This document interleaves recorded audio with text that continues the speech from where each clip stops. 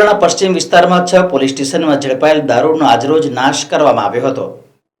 વડોદરા શહેરના પશ્ચિમ વિસ્તારમાં આવેલ કોયલી ગામ પાસે કોયલી ચેકપોસ્ટની સામે ઝોન 2 હદ વિસ્તારમાંના 6 પોલીસ સ્ટેશનના દારૂ મુદ્દામાલનો નાશ કરવામાં આવ્યો હતો, જેમાં ખાસ ઉપસ્થિતિમાં એસડીએમ તથા ડીસીપી ઝોન 2 વંજિતા વંજારા તથા એસીપી તથા 6 પોલીસ સ્ટેશનના પીઆઈની હાજરીમાં 18 લાખ જેટલા દારૂના જથ્થાનો નાશ કરવામાં આવ્યો હતો, જેમાં વધુ માહિતી ડીસીપી ઝોન 2 વંજિતા વંજારાએ મીડિયા સમક્ષ આપી હતી।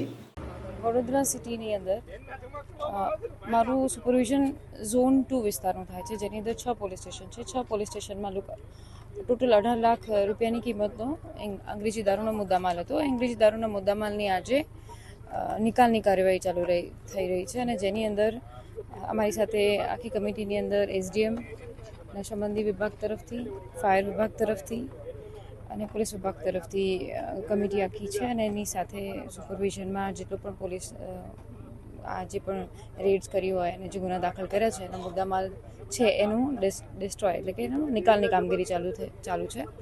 ટોટલ મળીને કુલ 18 લાખ રૂપિયાનો અંગ્રેજી દારૂનો મુદ્દામાલ છે, એનો નાશની કાર્યવાહી અમે પૂર્ણ કરી છે।